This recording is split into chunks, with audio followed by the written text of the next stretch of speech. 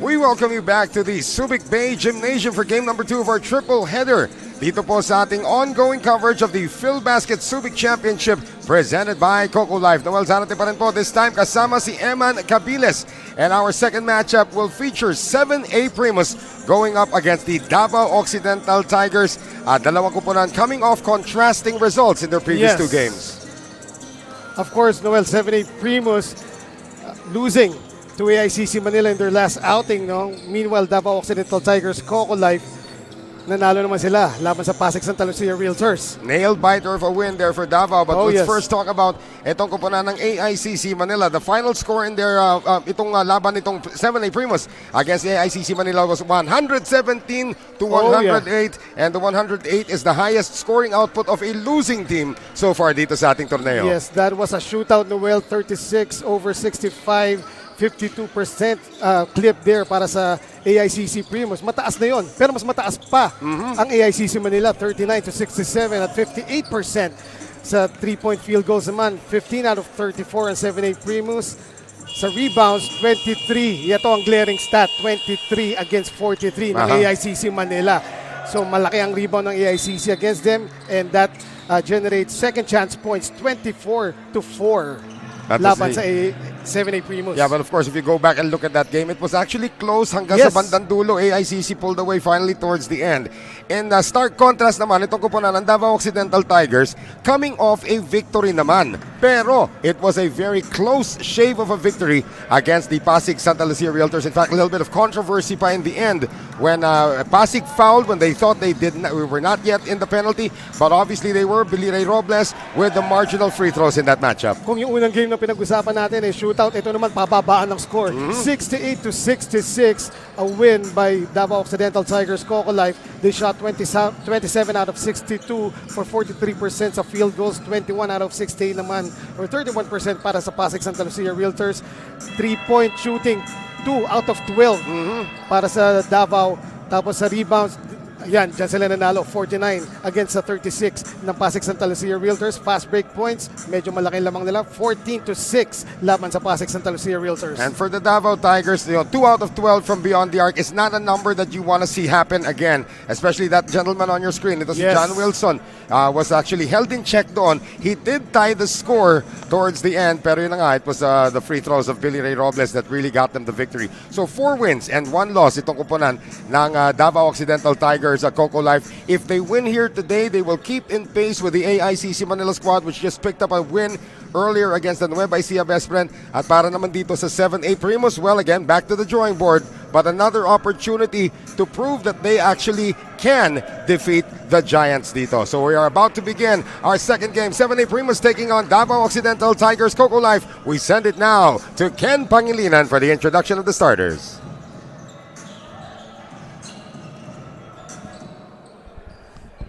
Magandang gabi mga ka-Filbasket. Action continues on our 10th day of competition here at the 2021 Filbasket Subic Championship presented by Coco Life. Our game at hand is between 7A Primus going up against the Davao Occidental Tigers, Coco Life. Let's meet the starting lineups. The starting five first for 7A Primus. At forward 6'5" from the University of the Philippines, number 15, Chelo Vito. Also at forward 6 feet from Virginia, number 11, Indigo Arellano. At center 6'6" from Julio de San Juan Veletran, number 3, Pao Pabellunar. At guard 5'7" from Far Eastern University, number 91, Achi Igo.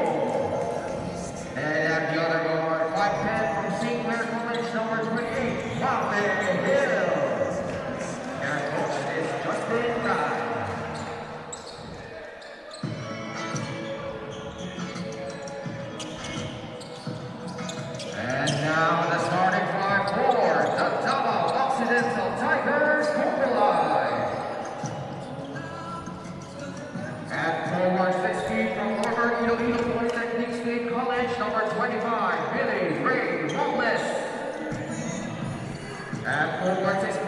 National University, number 8, Robbie Celis. At center, 6'4", from Lyceum of the Philippines University, number 15, Alwin Santos. At guard, 5'10", from National University, number 18, Joseph Capsule. And at the other guard, 6'2", from Jose Rizal University, number 4, John Wilson. Their coach is Matt Macalinta.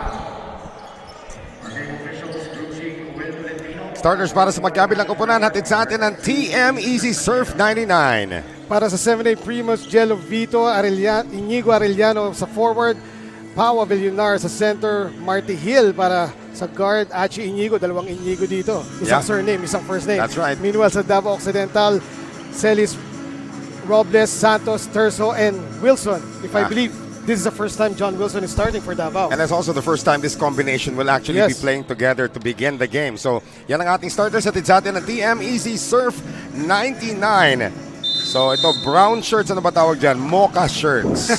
Gold. Para dito sa Davao. Parang gold, di ba gold? Pwedeng gold, pero nagugutom mo, kaya mocha itsura niya. Gutom ka pa rin. Well, it's been a very, very long day. This first quarter is brought to us by TikTok. And we are underway dito. The white shirts have it ngayon. Achi Inigo getting the start here today. At ito si Pau Villunar has had a great performance in their previous outing against the AICC Manila. Three-pointer on its way. Itong si Inigo Arellano with a miss. Yeah, that's right. You were saying Pau Villunar, 12 points, 2 rebounds, 2 steals dun sa laban nila against AICC Manila. He kept in pace with the big men of AICC. Well, ito si Robbie Celis has so far been a non-factor in the last couple of games. Let's see if he can get that going. Coming off a shoulder injury, it appears. Plus, back spasms din. Back spasms din, yeah. So pareho sila ni Aaron Aban. Here is Villunar, awkward jumper that time, can't get it to go. Tama ka, no? This is the first time we actually see John Wilson starting a game. And they mean business kaagad against this very dangerous 7A Primus squad. At simula na ang pangungulit ni Marty Hill. Marty Hill, ever active para sa 7A Primus, the disruptor ng kanilang team. Right. Cross-court pass ngayon. So Davao being very patient but obviously wanting to go for the three-point shot early. Offensive rebound, Alan Santos. Nice cut by Robbie that time.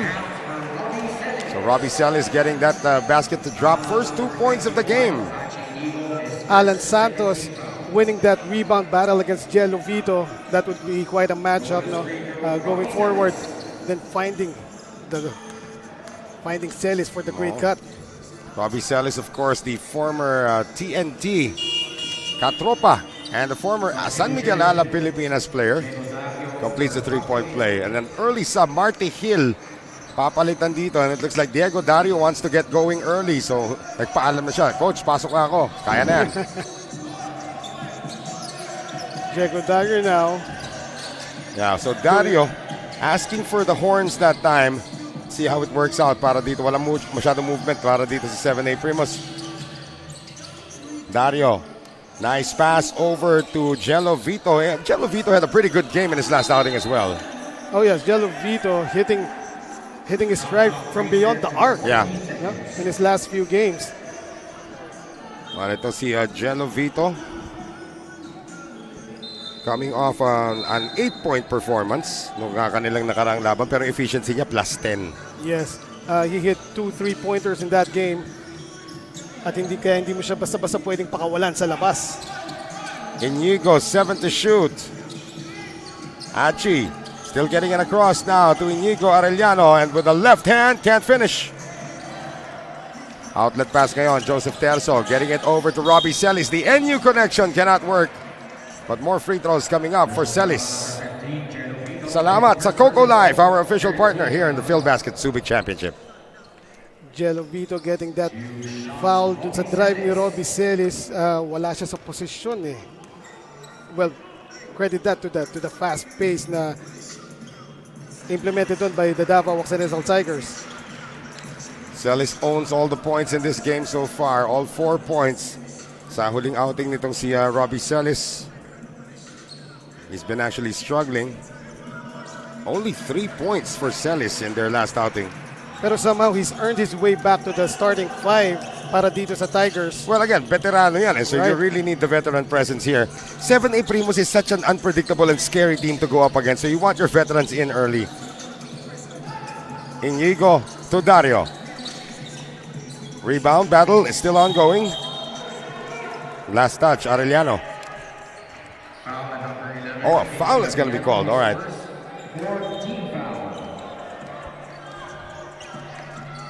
So team foul number 4 already para dito sa kupanan ng 7A Primus na into 5 team fouls already. Actually 4, they turn it into 5 when it's inbounded. Those are the FIBA rules. Pero again, 4 team fouls already. Ang katulad nga na sabi namin ni Javi kanina, Noel, no? The referees are calling it strict and consistent. Right. A foul is a foul. Right. And Terzo able to get the tip in. 7-0 now for the Tigers. In our game earlier, Javi, bago lumagpas ang isang quarter, puro penalty na yung mga teams. Well, Alan Santos will be whistled for his first and the first team foul naman para dito sa Davao as Diego Dario was a little bit aggressive there. And he earns free throws. Once again, this is the best way to warm up if you're coming off the bench. Find a way to get to the free throw line. At ang free throw na ito hatid sa atin ng Wilson, the official basketball of the Filbasket Subic Championship. Alan Santos, fearless drive there. Katapat pa, check that. Diego Dario, fearless drive. Katapat niya si Alan Santos. Wala namang kinakatakutan niya si Diego Kaya Dario. nga eh. So 2 for 2 for the former UP Maroon who also moonlights as a broadcaster sa PBA. So kinag-usap nga kami ni Diego Dario kanina, mukhang napapagod na si Javi. Diego, palitan mo na siya bukas. Oo ba? Ba't si Javi ako? Naghahanap ng racket. Hindi, si Javi medyo karalgal na minsan eh. Turnover here para sa 7A Primus and high off the glass. Achi Inigo can't get it to go. And he does the wise thing, letting it go out of bounds kahit parating na itong si Celis. Magkalaban sa ABL yan dalawang yan. Si Robbie Celis played for the San Miguel Ala Pilipinas. Ito namang si Achi Inigo for the Kaohsiung Truth as a heritage import. John Wilson gets it to go plus the foul. And that is why John Wilson is starting here para sa Tigers. Sabi mo, yung veteran presence kailangan. As 7A Primus is very unpredictable. Saka ang tagal uminit ni John Wilson doon sa kanilang huling outing. In fact, John Wilson only came away with 8 points in that game? That is right. Pero si John Wilson, alam natin. 6 points pala, 6 points. Pero alam natin si John Wilson, number 3 yan sa 3-point percentage dito sa ating liga. Right. So he's off to a good start here with a 3-point play. 10-2. Davao Occidental Tigers, Coco Life up by 8. Jello Vito kontra kay Celis, and Jello Vito almost had it blocked by Robbie Celis but still gets the 3. Jello Vito continuing his hot shooting from beyond the arc. Tinatawag nating stretch 4. I don't even know if he's playing the 4, playing the 5. A 4 shot because I'm just seeing King Destacamento. And speaking of Destacamento, he'll be called for the foul. More free throws coming up now for Davao. King Destacamento filled it in, not really to add height, but to add more athleticism para dito sa 7A Primus. More heft as well. Ito medyo may kalaparan itong si Alan Santos. Again, very well-rounded team itong kupunan ng Davao Occidental Tigers, Coco Life. That's why they're in a collision course with Manila. Yes. Probably can get the semifinals berths already out of the way. Let's see. But they're on pace to do that. 4 wins and 1 loss itong kupunan ng Davao Occidental Tigers. Of course, AICC Manila, with their win earlier, they're on the top spot. Mag-isa lang sila sa number 1 ngayon, pero Davao on its way. So ito namang si Alan Santos is called for his second. That cannot be good news for Matt Macalintal, as his starting centers already picked up 2 fouls with still 6 minutes and 11 remaining here in the first quarter. That will be the cue for the Gaconatics to rejoice. Yan na po siya. And if you look carefully sa shoes ni Jervin Gaco, no? Gaconatics nakalagay doon. Yon. This is a guy who's really loyal to his fans club, ano? Oh yeah. He's very grateful sa fan club niya. Siyempre, sabi niya, kahit ganito na edad ko, I'm very grateful na nakakalaro pa rin at meron pang fans. Wilson called for his first, did not agree with it initially, pero ayaw niya mapatrouble kaagad dito. Pero yun nga, si Jerwin Gacko, boy, has he been really an icon already in Philippine basketball because of his popularity. As Diego Dario comes up empty. Under 6 minutes to play dito sa ating first quarter. 11-5 for the Tigers. Robles on the miss. Destacamento has it. Inigo Arellano now going cross court. They want to get it to Dario all the time now. Dario, nice drop pass inside, pero muntik na maagaw kay Destacamento. It stays with the white shirts. No quick hands there by John Wilson. And we're going to have a timeout called by 7A Primus. It is a 6-point lead for the Davao Occidental Tigers. Coco Life 11-5. And this timeout is brought to us by Stig Roasters.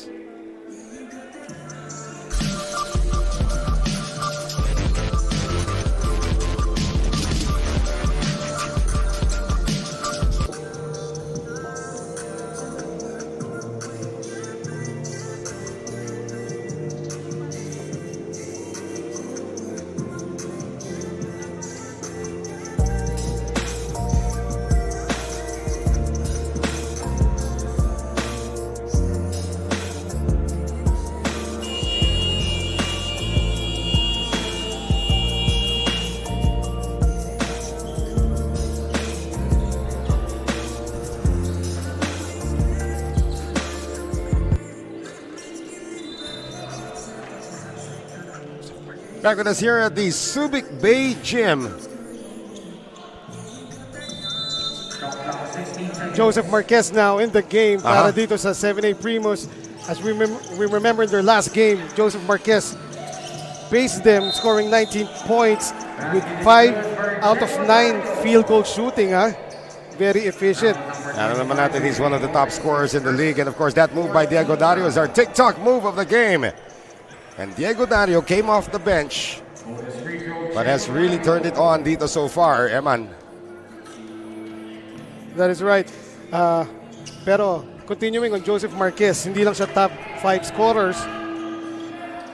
He is in 5 categories sa ating leaderboards dito sa tournament. So that's 5th overall total points, 6th in average points per game, 5th in 3-point average, and 4th 3-point made. That's number 2 sa free throws. And he can also play 5 positions. As we know, tries to play center now actually. Dun sa last defensive stance nila. So Inigo Arellano is going to be called for, guess what? Foul number 3 in this game. That could sideline him until the second half. And AJ Coronel is going to come in right now. Jerwin Gacko sa free throw line ngayon. Scoring is slowed down somewhat dito. And that favors Davao Occidental Tigers. Alam naman natin, gusto nila yung pababaan na score. Yes, low scoring, grinded out wins. 7A Primus likes to score. In fact, in the 2 victories nitong 7A Primus, they scored exactly 84 points in both of their wins. So they wanted to hit the 80s as Gacko misses on 2. Wilson, challenged by Destacamento, and it goes out of bounds. John Wilson claiming na tinaman ni King yung kanyang braso doon. So here's AJ Coronel now as we come up on 5 minutes remaining. Thank you to our friends from the Subic Bay Metropolitan Authority and the Central Luzon Regional Task Force sa inyong tulong dito sa ating Filbasket bubble. Jumper, Marquez off balance. Joseph Marquez not hitting anything in that play. Right. Bonbon Custodio in for the first time. Jerwin Gacko, di makabuelo. Lalabas kay Wilson. Fakes the shot, and here comes Robles from the corner. Out of bounds. Billy Ray Robles struggling with his outside shot. Tandaan natin, he was the hero technically in the win against Pasig Santa Lucia. Sinking those pressure-packed free throws, no? In the dying seconds of the game. The scoreboard has not moved in quite a while. Tandaan natin, this was a 10-2 lead for Davao earlier. Right. Nung bumagal yung opensa, unti-unti na silang binabalikan dito ng 7A Primus. Marty Hill back in. He got the start ahead of Diego Dario today, and Dario goes back to the bench. Destacamento, 7 to shoot. Gets it inside. Hill. Outside. AJ Coronel. Three-pointer on its way. And that's good. So from a 10-2 deficit, etong koponan ng 7A Primus has now tied it up at 11. So the run is 9-1. 7A Primus, you can't count these guys out. They might be 8th in the standings. Pero if you see their games, makikita natin lahat na lumalaban sila kahit sino pa. Ang kanilang katapat. 2 wins and 3 losses so far. Jervin Gaco's second trip to the free throw line. Came up empty on 2 free throws earlier. Makes the first one this time. Balik ang abante rito ngayon sa Davao Occidental Tigers. Coco Life with 4:03 remaining sa ating first quarter. And Eman pointed it outright. Davao wants those grinded out wins. Yes. Pababaan na score. Of course, if you had to ask Nueva Ecija how they beat them actually. Halos ganun din nangyari. Grinded out dapat yun. But Nueva Ecija, best friend, able to upset the Davao Tigers in their meeting. Marquez now has the ISO against Gaco. Marquez fires. You cannot stay too low on Joseph Marquez. That is the scouting report. Kasi hindi ka na makakaangat to try and block his shot. Yes. Joseph Marquez in your face 3 that time against Jervin Gaco. Yan na naman si Marte Hill being the usual pest that he is on defense. Bonbon Custodio is back. Is now in the game. Turn around by Celis. Yes. So Robbie Celis now with a total of 7 first quarter points. Half of the score ng Davao galing sa kanya. Coronel. Destacamento momentarily open. Javellonar, top of the key. Pau Javellonar still looking for his stride here. Like we said, ang ganda ng ginawa niya doon sa last game. Oh, but that was special talaga, yung ginawa niya in the last game. And it was against a team that allowed a lot of offense in AICC Manila. That's not going to be the case today for Davao, that's for sure. As a Villonar, well, maybe he can still get that if they keep on fouling him. So free throws coming up now. Look at the big man running the floor that time. Pau Villonar. So Romel Mangalino is gonna come in for the first time to replace King Destacamento. Patuloy ang balasa rito ng 7A Primus. Coach Justin Tan wants to see what Magalino can do, as King Destacamento was kind of hesitant sa kanyang mga moves earlier. Again, King Destacamento is really in for rebounding and shot blocking. Yes. And if he can't get that done, he's an offensive challenge, if you may say. So 2.5 to play here in the first. Lob pass intended there for Alday, who's in the game for the first time. As we take a look at the free throws dito, a struggle for Davao. They should have been ahead by a bigger margin by now. Oh yes, 4 out of 5 para sa 7A Primus. 6 out of 10 naman dito sa Tigers. Eman Calo lets it fly. Trying to beat the shot clock at dinaan ni Joseph Marquez sa haba ng galamay. Coming up on the final 2 minutes remaining dito sa ating first quarter. Marte Hill off the wrong leg. Still gets it to go. Marte Hill, sabi mo nga, Noel, the glue guy of the 7A Primus team. Well, he's the anchor on defense, and they're up now up by 3. Still up by 3. Calo on the attack. Yes. Woo. Eman Calo. Ang layo ng takeoff noon and gliding to the basket like a la Drexler. Well, ito si Marte Hill says he got knocked down by a right cross. Of course, the referees did not call anything. Hill ngayon. Lost the handle, lost the ball.